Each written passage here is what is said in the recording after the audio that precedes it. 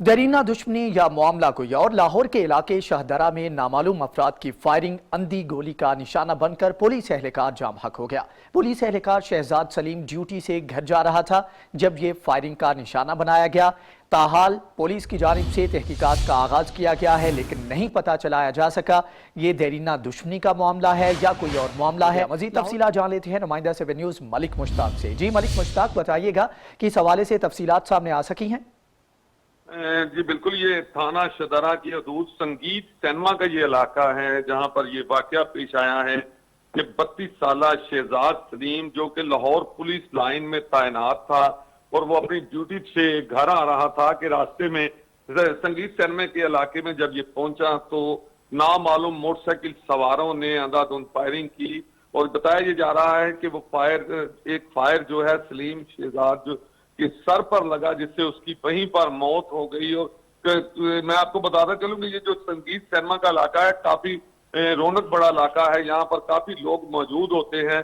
तो उनका ये कहना है कि 2 मोटरसाइकिल सवार जो आए थे जिनके मुंह के ऊपर मास्क थे, तो उन्होंने फायरिंग की और शहजाद सलीम को वहीं ढेर करने के बाद वो फरार हो गए। इसके बाद पुलिस की भारी नफरी और चूंकि इलाका शहजाद सलीम का ये इलाका था तो उसके लवाहिकीन भी वहां पर पहुंच गए और पुलिस की भारी नफरी भी यहाँ पर पहुंच गई। पुलिस का ये कहना है कि जो यहाँ पर कैमरा लगाए गए हैं उनसे वीडियो निकलवाई जा रही है।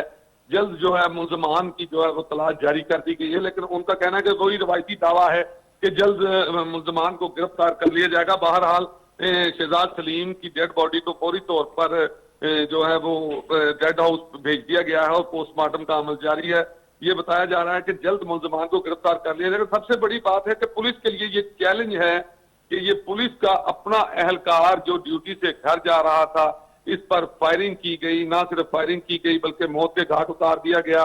शहजाद सलीम चूंकि अब शहीद हो चुके हैं, तो इस हवाले से पुलिस का ये कहना है कि जल्द हम मुल्जमान को पकड़ लेंगे। बहरहाल अभी तक कोई कार्रवाई आगे नहीं बढ़ सकी और ना ही पुलिस किसी किस्म का कोई सुराग लगा सकी है। जी, कोई कार्रवाई आगे नहीं बढ़ सकी, ना ही पुलिस की जानिब से सुराग लगाया गया है। बहुत शुक्रिया मलिक मुश्ताक, आपने तफसीलात से आगाह किया।